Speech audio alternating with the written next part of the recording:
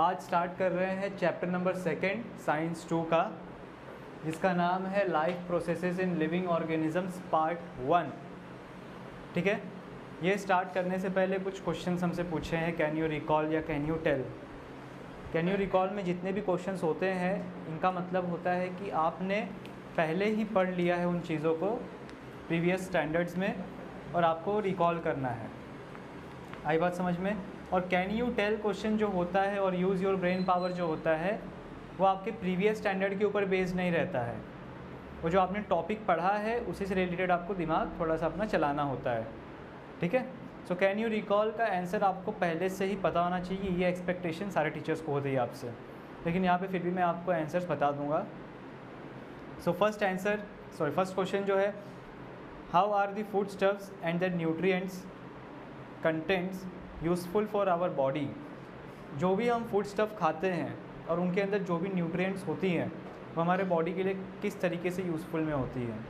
देखो, सबसे पहले एक चीज़ समझ लो, हम लोग कोई भी चीज़ खाते हैं माउथ के थ्रू अंदर लेते हैं हम लोग, ठीक है, फिर जाता है सीधा स्टमक में, स्टमक के बाद इंटेस्टाइन में जाता है। आई बात समझ में। अब इंटेस्टाइन का रोल क्या होता है वहाँ पे, स्पेशली आपका स्मॉल इंटेस्टाइन क्या करते हैं, जितने भी आपके वाइटामिन्स होते हैं, जितने भी आपके प्रोटीन्स होते हैं, उनको अमाइनो एसिड में कन्वर्ट करके और आपके जो फैट्स होते हैं, लिपिड्स होते हैं, कार्बोहाइड्रेट्स होते हैं, उन सबको एब्जॉर्ब कर लेता है अपने अंदर। आई बात समझ में। फिर एब्जॉर्ब करने के बाद जो आपका फूड स्टफ़ जो आप खाए रहते हो, उसको आप फूड स्टफ़ तो नहीं बोल सकते हम लोग, ठीक है। तो जो भी आपने कंटेंट खाया रहता है, वो कंटेंट जाता है आपके लार्ज इंटेस्टाइन के अंदर। लार्ज इंटेस्टाइन में क्या होता है, आपके लार्ज इंटेस्टाइन में ज़्यादा करके मिनरल्स और वाटर का एब्जॉर्प्शन होता है। मतलब आप जो भी फूड खा रहे हो, फॉर एग्जांपल अगर आप दाल ले रहे हो, दाल पी रहे हो, ठीक है, तो दाल के अंदर पानी की भी क्वांटिटी होती है। तो वो जो पानी है वो एब्जॉर्ब कहाँ पे होगा, लार्ज इंटेस्टाइन में एब्जॉर्ब होगा।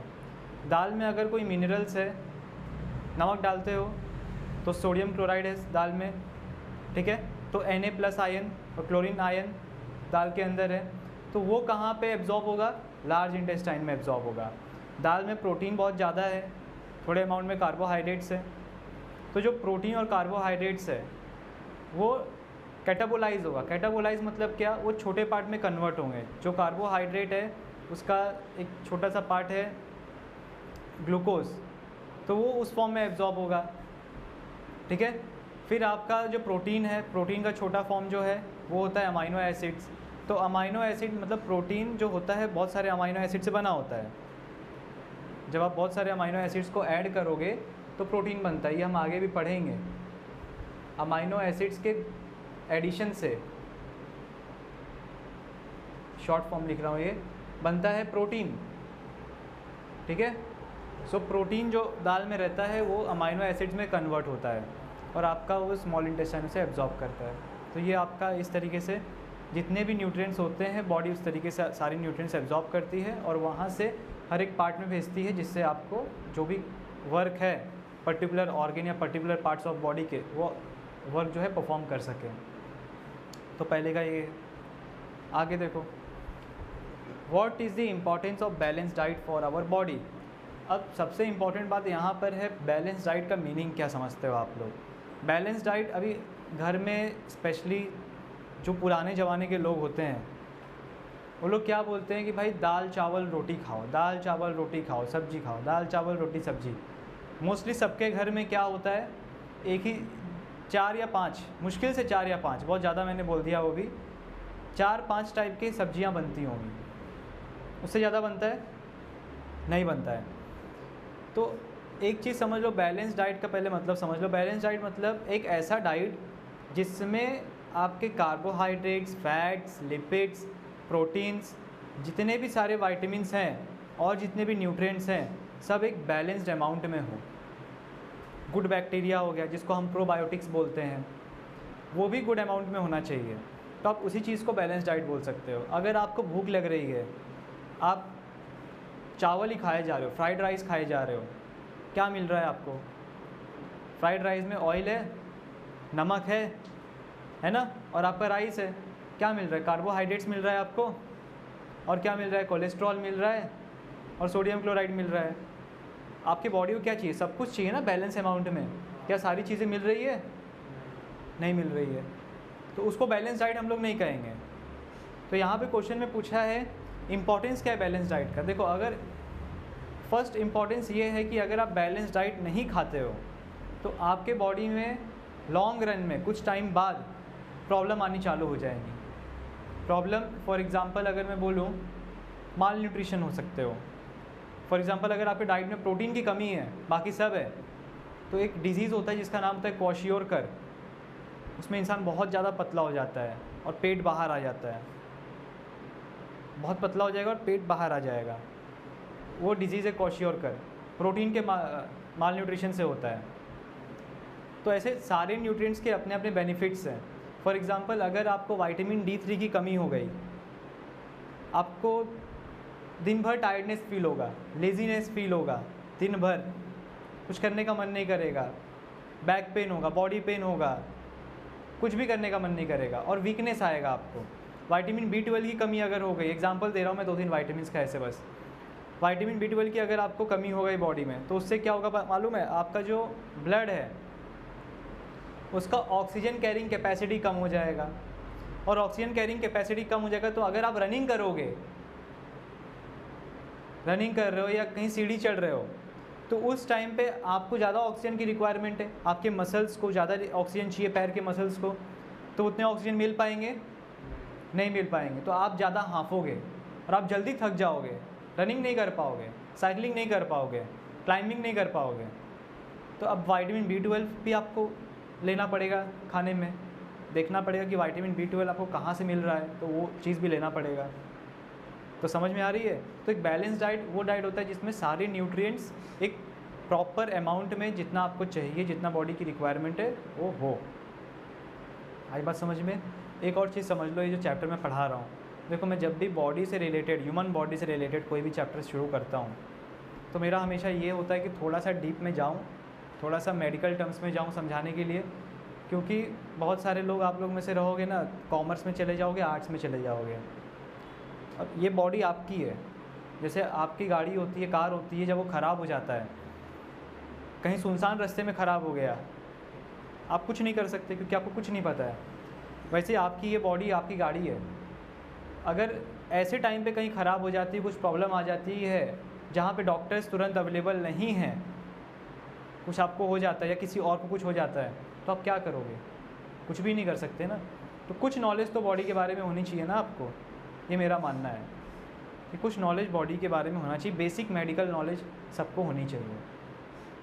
ठीक है, आगे देखो, which different functions are performed by muscles in body. अब देखो, बॉडी में हर जगह मसल्स हैं और हर जगह मसल्स का अपना अलग अलग रोल है। एक बेसिक रोल जो है मसल्स का मूवमेंट लाना, वो बेसिक रोल है। अब मसल अगर आपके फेस में है तो फेशियल मूवमेंट्स लाएगा। अब अगर मैं यहाँ पे इसकी मसल, कार्डियक मसल्स की बात करूँ, कार्डियक मसल जो है हार्ट की मूवमेंट्स ला रहा है। लंग्स भी जो आपका बना है मसल से बना हुआ है, ठीक है। और ये जो आपका डायफ्राम है वो भी मसल है, अप डाउन होता है, तो आप इनहेल कर पाते हो और एक्सहेल कर पाते हो। आई बात समझ में? बाइसेप्स जो लड़कियों को दिखाते हो, ठीक है, वो भी मसल ही है। शर्मा क्यों गए भाई? ठीक है, लेग्स के मसल हो गए, थाई मसल्स, आपके हैमस्ट्रिंग्स हो गए, आपके काल्फ मसल हो गए, ये सब रनिंग में आपको हेल्प करते हैं। तो इन शॉर्ट मसल का जो मेन फंक्शन है, मेन रोल है, is the movement, mobility, to maintain the mobility of the body. बस यही रोल है मसल का। आगे देखो, what is the importance of digestive juices in digestive system. आपको किसी डाइजेस्टिव जूस का नाम पता है?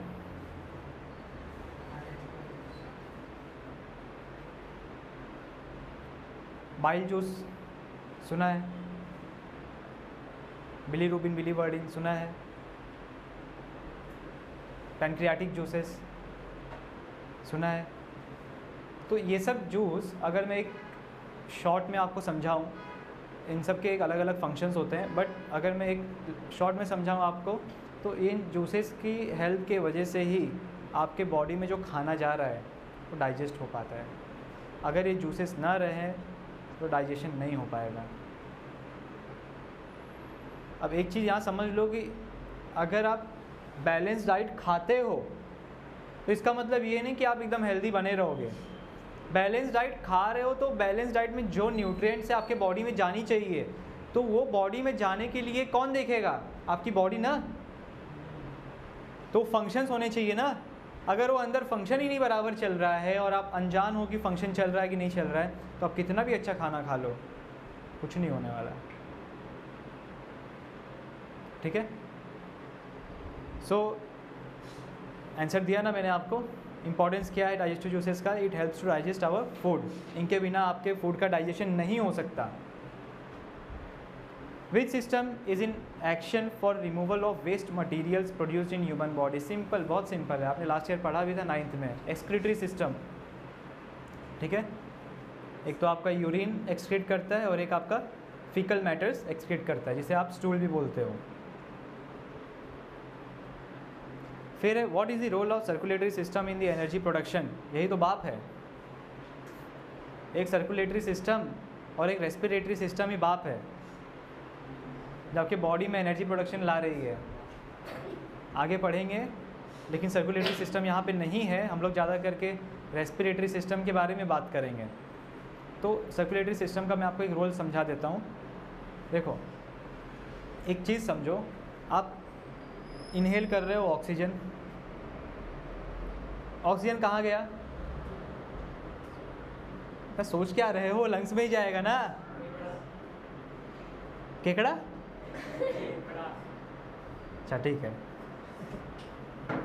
तेरे से ऐसी उम्मीद रहती है मुझे। ठीक है, लंग्स में जाएगा।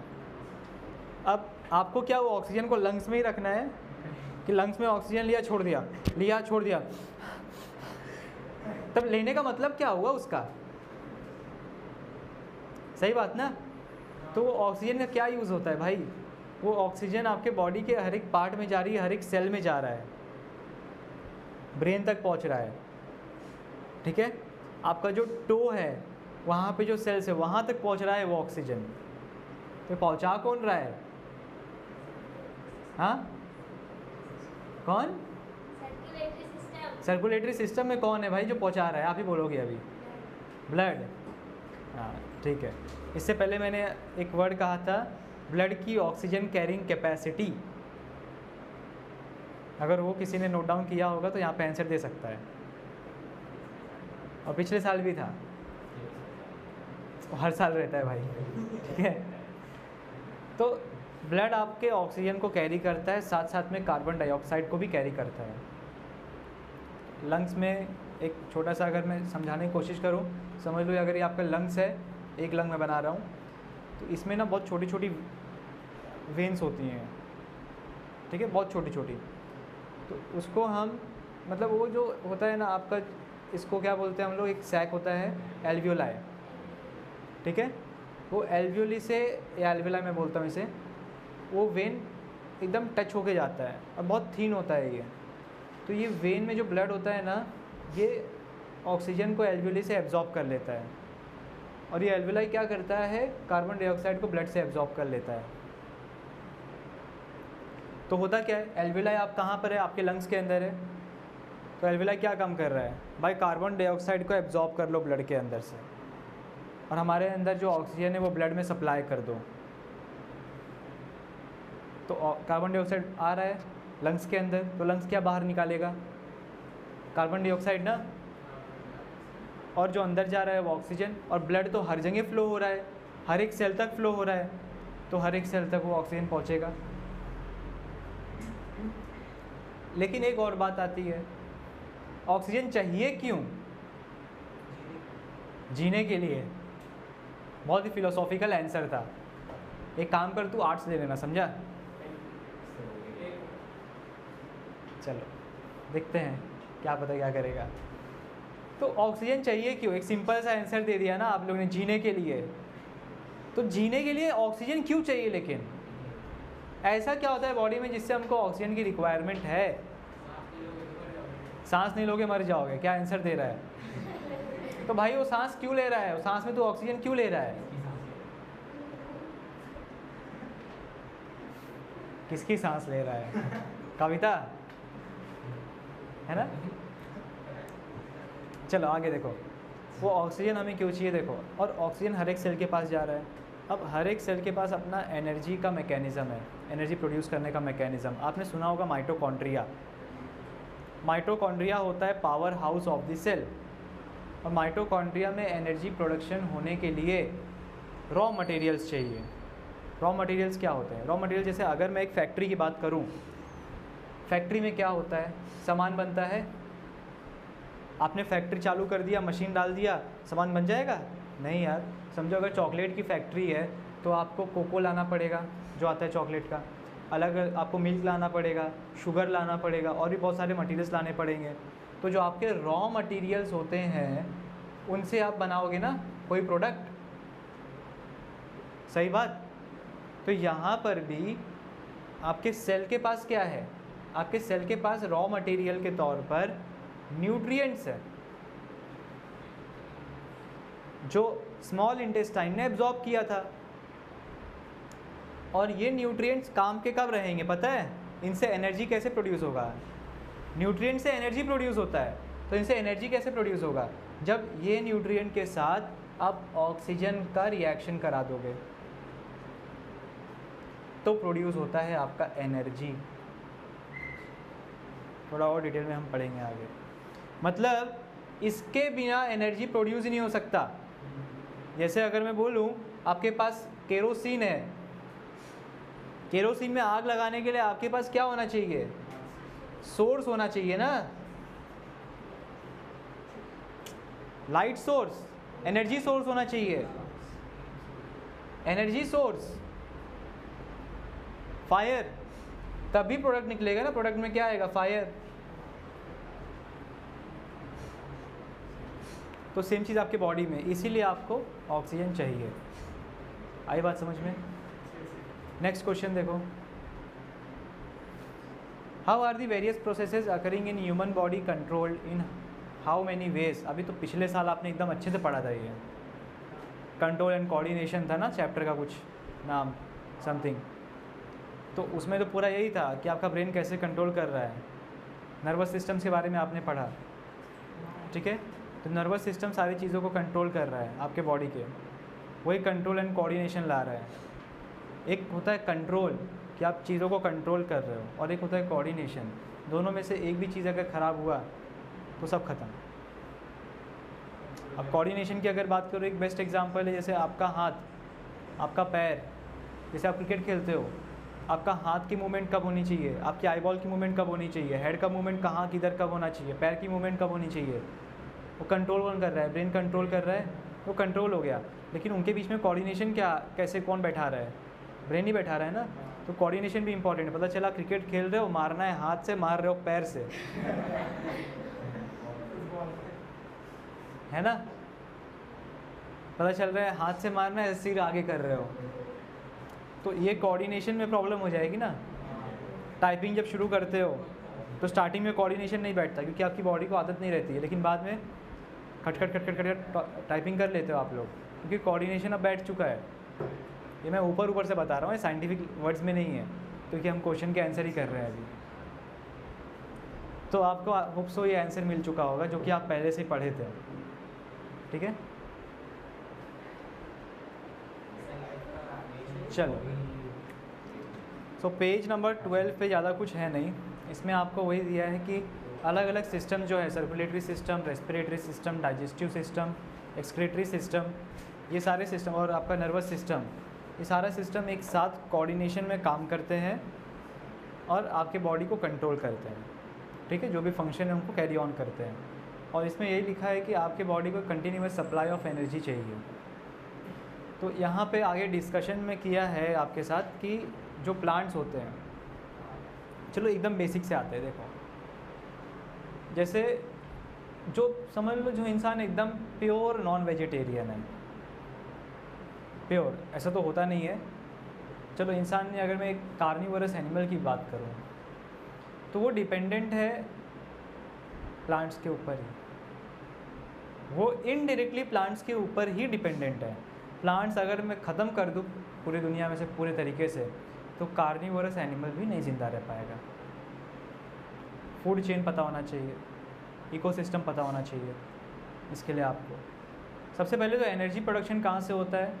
आपके सॉइल में जो भी न्यूट्रिएंट्स है प्लांट उसे लेता है और सनलाइट का यूज़ करके वो अपने अंदर की एनर्जी को प्रोड्यूस करता है। ठीक है, अब प्लांट्स जो एनर्जी को प्रोड्यूस करते हैं उसका कुछ पार्ट ही वो लोग यूज़ करते हैं अपने बॉडी में फंक्शन के लिए, क्योंकि वो उनके अंदर तो मोबिलिटी है नहीं हमारे जैसा। हमारे जैसे चपड़ चपड़ दिन भर खाते तो नहीं है और चपड़ चपड़ बोलते भी नहीं है, सही बात ना। उनका काम क्या है? सिर्फ एनर्जी प्रोडक्शन करना। वो एनर्जी प्रोड्यूस करने के लिए भी कुछ एनर्जी चाहिए होती होगी ना, और उनके अंदर जो वाटर और फूड का जो ट्रांसपोर्टेशन चल रहा है जाइलम और फ्लोएम के थ्रू, वो प्रॉपरली चलाना, बस यही काम रहता है। तो जो बची हुई एनर्जी प्रोड्यूस करते हैं प्लांट्स, वो एनर्जी कहाँ स्टोर होता है? वो एनर्जी स्टोर होता है in the form of leaf, in the form of fruits, stem भी हो जाता है आपका, सब उसी के पार्ट है। वो एनर्जी से तो क्रिएट हो रहा है। रूट्स आपका हो गया कैरेट, अगर कैरेट का एग्जांपल ले लो, बीटरूट का एग्जांपल ले लो। हम लोग क्या करते हैं, कैरेट को जब खाते हैं, निकालते हैं खेत में से, आप देखोगे वो ज़मीन के अंदर रहता है, और ज़मीन के अंदर वाला पार्ट हम लोग खाते हैं, ऊपर का पार्ट यूज़ नहीं करते, कहीं कहीं थोड़ा बहुत यूज़ हो जाता है। तो मेन तो प्लांट ऊपर का ही है ना, वो नीचे तो कैरेट क्या है, रूट है ना। लेकिन हम लोग रूट क्यों खा रहे हैं फिर? क्योंकि रूट में एनर्जी है। मतलब वो प्लांट ने अपनी एनर्जी कहाँ स्टोर करके रख लिया? रूट में। आई बात समझ में? और हम लोग वो रूट को खा रहे हैं, और वो रूट में एनर्जी स्टोर करके रखा है फ्यूचर में यूज़ के लिए। तो वही चीज़ हम खाते हैं, प्लांट जहाँ प्लांट ने अपना एनर्जी स्टोर करके रखा है, प्लांट का वही चीज़ हम खा लेते हैं, तो वो एनर्जी हमारे अंदर ट्रांसफ़र हो जाती है। वही प्लांट कौन खा रहा है? एक हर्बीवोरस एनिमल, तो उनके अंदर वो एनर्जी चली गई। वही हर्बीवोरस एनिमल वो कार्निवोरस एनिमल खा रहा है। हर्बीवोरस कैसे जिंदा है? प्लांट्स के ऊपर। प्लांट्स कैसे जिंदा है? सॉइल और सनलाइट के ऊपर, और हम भी उसी के ऊपर डिपेंडेंट है। तो अभी जो मेन चीज़ होता है, मतलब एक होता है माइक्रो न्यूट्रिएंट और एक होता है मैक्रो न्यूट्रिएंट, आपके बुक में दिया नहीं है।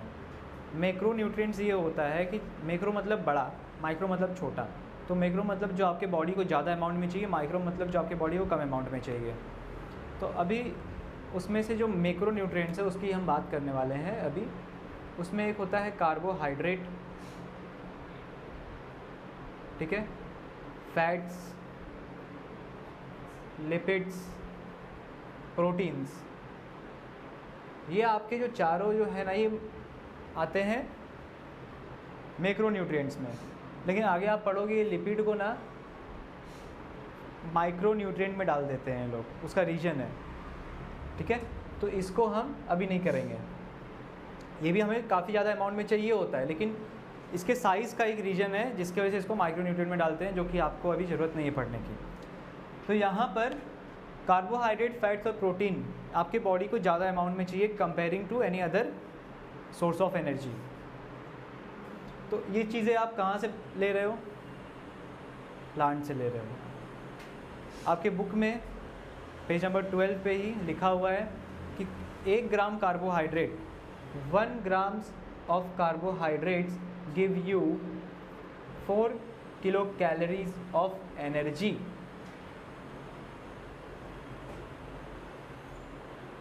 ठीक है, 1 grams of carbohydrate gives you 4 kilo calories of energy.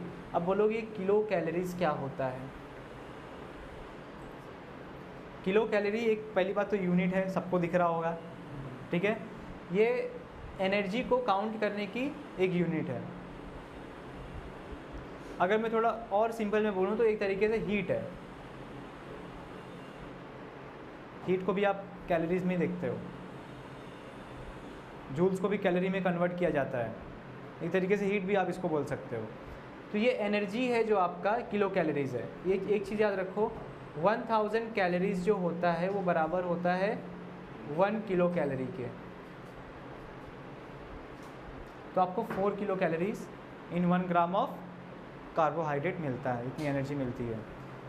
आगे हम पढ़ेंगे प्रोटीन से भी और लिपिड के बारे में भी। सबसे ज़्यादा एनर्जी आपको लिपिड से मिलती है, almost 9 kilo calories of energy मिलती है लिपिड से, 1 ग्राम ऑफ लिपिड से।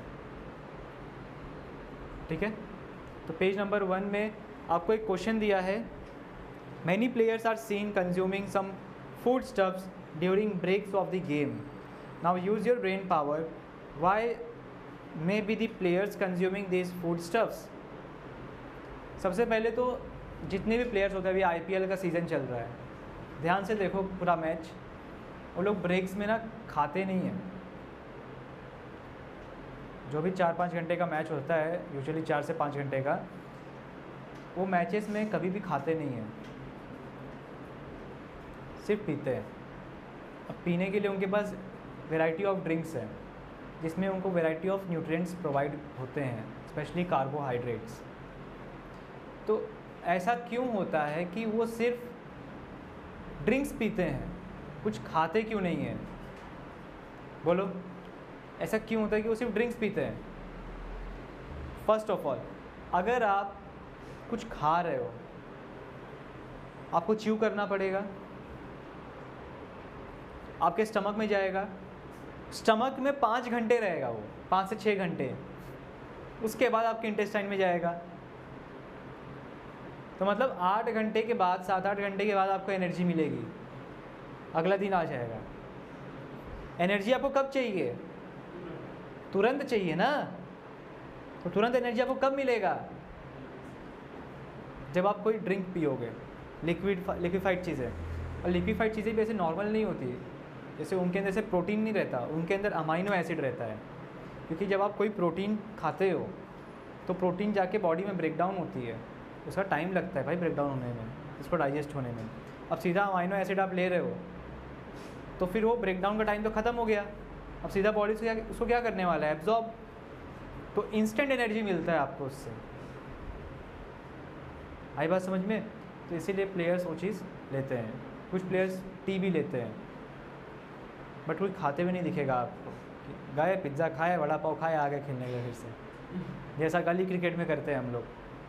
ठीक है, फिर आपको कैन यू रिकॉल में क्वेश्चन पूछा है, what is respiration, how does it occur. Short में बताऊं तो रेस्पिरेशन क्या होता है? Inhalation of oxygen and exhalation of carbon dioxide is known as respiration. और हाउ डज इट अकर, आपने डिटेल में क्लास 8 में पढ़ा है कि कैसे होता है रेस्पिरेशन। रेस्पिरेशन आपके लंग्स के हेल्प से होता है।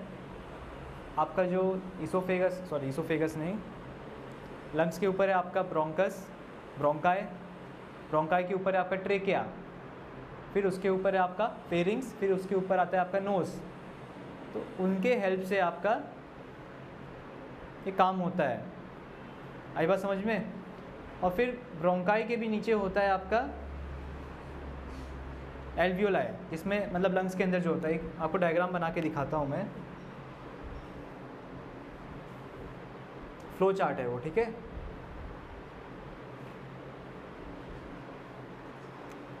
सबसे पहले या तो आप एयर एंटर कराओगे अपने माउथ से या तो नोज से। ठीक है, अब एयर यहाँ से कहाँ जाएगा? आपके नेज़ल चेम्बर में। नेज़ल चेम्बर मतलब आपका जो नाक है अंदर, नोज़ में क्यों जाता है नेज़ल चेम्बर में पता है? नेज़ल चेम्बर में ये जो हवा है ना, ये जो एयर है, प्योरीफाई होता है और इसको बॉडी टेम्परेचर पे लाया जाता है 37 डिग्री सेल्सियस पे गर्म करके। नेज़ल चेम्बर से जाता है ये फेरिंग्स पे। ठीक है, फेरिंग्स जो होता है पता है क्या होता है वो आपका? ये एक बोल सकते हो एक जंक्शन है। जंक्शन मतलब जहाँ पे कोई कुछ चीज़ें आके मिले। अब आपके माउथ में क्या होता है? ये आपका माउथ है, ये आपका नोज़ है, समझ लो।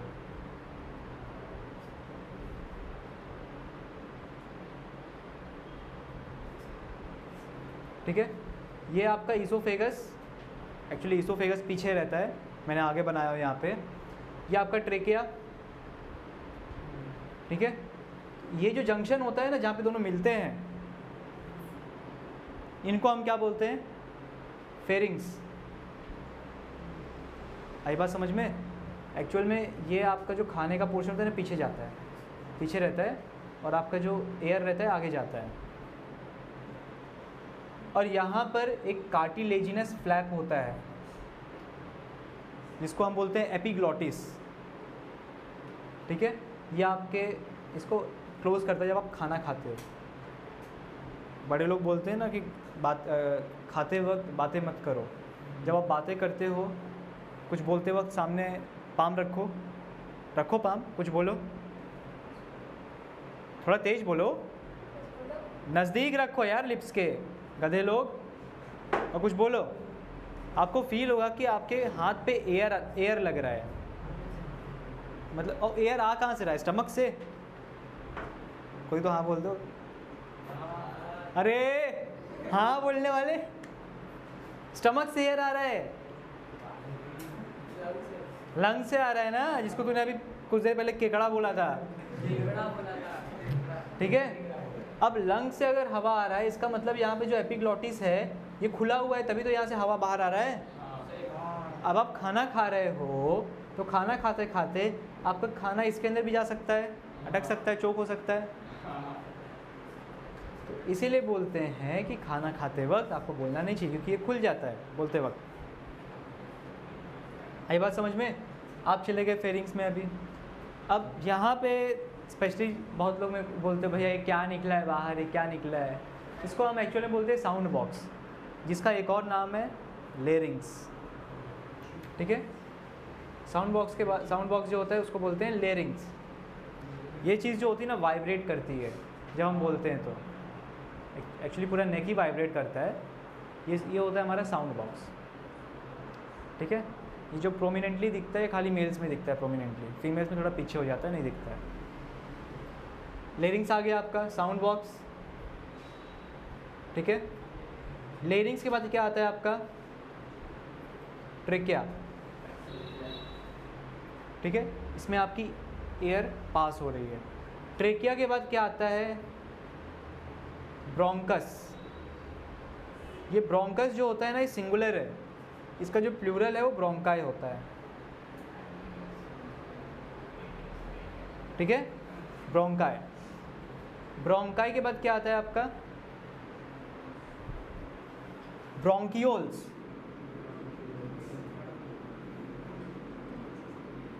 ये ब्रोंकाई ना, जो ब्रोंकस होता है देखो यहाँ से ऐसे दो पार्ट में चले जाता है, फिर ये अंदर ना और भी ऐसे जैसे रूट्स होते हैं ना वैसे ऐसे डिवाइड हो जाता है, तो उसको हम छोटे छोटे को बोलते हैं ब्रोंकियोल्स। आई बात समझ में? ब्रोंकियोल्स के बाद आता है आपका क्या बोलते हैं उसको? एल्वियोलाई,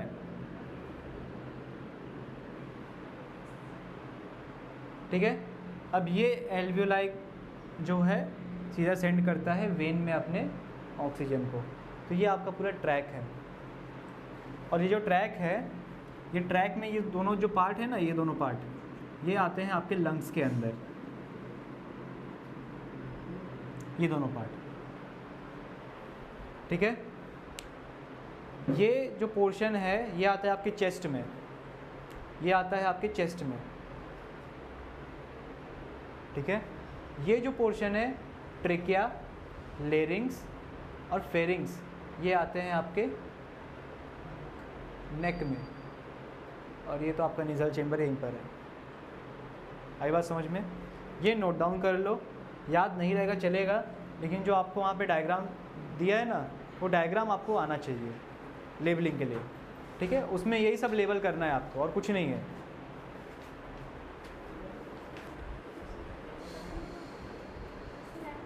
हाँ देखो अभी यहाँ पे वे एक बार बोल दो ना, सुन लेने का। चलो आगे देखो अभी। तो एक मैंने स्किप कर दिया था एक होता है बॉडी लेवल रेस्पिरेशन, और एक होता है आपका सेल्यूलर लेवल। बहुत सिंपल में समझेंगे, फटाफट ख़त्म करेंगे। तो बॉडी लेवल जो होता है ना, जो मैंने अभी आपको फ्लो चार्ट दिया था, वो फ्लो चार्ट में कहीं पर भी रेस्पिरेशन हो रहा है तो वहाँ पे जो रेस्पिरेशन आपका हो रहा है उसको हम बोलते हैं बॉडी लेवल, नॉस्ट्रिल से लेके लंग्स तक। लेकिन जो रेस्पिरेशन आपके सेल्स के अंदर हो रहा है, अब सेल्स के अंदर कैसी रेस्पिरेशन, भैया वेन्स आया सेल के पास और उसको दिया ना ऑक्सीजन, और जो कार्बन डाइऑक्साइड सेल के अंदर प्रोड्यूस हुआ एनर्जी प्रोड्यूस करने के टाइम पे, वो कार्बन डाइऑक्साइड वेन को वापस दे देगा, चल लेके भाग जा। तो इसको हम बोलते हैं सेलुलर रेस्पिरेशन। मतलब जो सेल के अंदर जो रेस्पिरेशन हो रहा है, जो काम चल रहा है एनर्जी प्रोड्यूस करने के लिए, उसको हम बोलते हैं सेलुलर रेस्पिरेशन। आई बात समझ में? और बॉडी लेवल रेस्पिरेशन क्या बोलते हैं, जिसमें क्या डांस करते हैं, मतलब नॉस्ट्रिल से लेके लंग्स तक का जो रेस्पिरेशन हो रहा है उसके हम बोलते हैं बॉडी लेवल रेस्पिरेशन। बस इतना ही डिफरेंस था। फिर आपसे देखो कुछ क्वेश्चन पूछा है, how many atoms of carbon, hydrogen and oxygen are respectively present in a molecule of glucose. पढ़ते हुए आए हो आप लोग, कोई बता सकता है? गौरव को छोड़ के रिया आप बता सकते हो?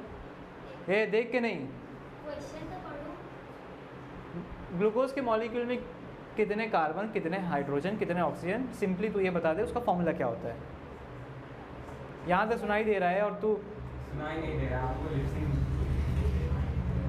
तो सुनाई दे रहा आपको, नहीं आता तेरे को, नहीं आता इसलिए बोल रही। ग्लूकोज का बनना C6H12O2। गलत, और बनाने को C6H12O6 होता है, ये आपका ग्लूकोज का फॉर्मूला है। तो आपके ग्लूकोज में कितने कार्बन होते हैं? 6, 12 हाइड्रोजन और 6 ऑक्सीजन। जीरो लिखा है, जीरो लिखा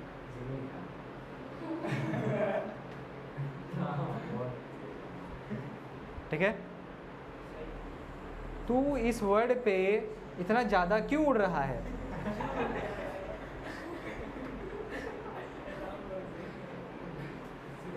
मैं समझना चाहता हूँ ये चीज़। चलो समझ में आया ये? अरे उठ क्यों रहा है भाई, समझाने के लिए उठ रहा है क्या? चलो, which types of chemical bonds are present between all these atoms. देखो केमिकल बॉन्ड का नाम तो बता दूंगा, लेकिन ये चीज़ आप समझोगे चैप्टर नंबर 9 इन साइंस 1। ठीक है, केमिकल बॉन्ड का जो नाम है इनके बीच में जो बन रहा है उसको हम बोलते हैं कोवैलेंट बॉन्ड। ठीक है, आपने शायद 9th में पढ़ा होगा आपने, वो NaCl की बॉन्डिंग के टाइम पे एक होता है आयोनिक बॉन्ड, एक होता है covalent bond. Ionic bond is stronger than the covalent bond. आई बात समझ में? तो आपने कोवैलेंट बॉन्ड के बारे में 9th में पढ़ा हुआ है। अब 8th में मुझे इतना आइडिया नहीं है, इतनी ज़्यादा पढ़ाता नहीं हूँ, याद नहीं मुझे। ठीक है, तो ये सब जॉइन है by covalent bond. Next one, in terms of chemistry what happens actually when a molecule is oxidised. अरे ये भी बहुत सिंपल क्वेश्चन है यार। जब एक मॉलिक्यूल को आप ऑक्सीडाइज करते हो रिया, तो एक्चुअली में इन टर्म्स ऑफ केमिस्ट्री क्या होता है बताओ? बहुत सिंपल क्वेश्चन है।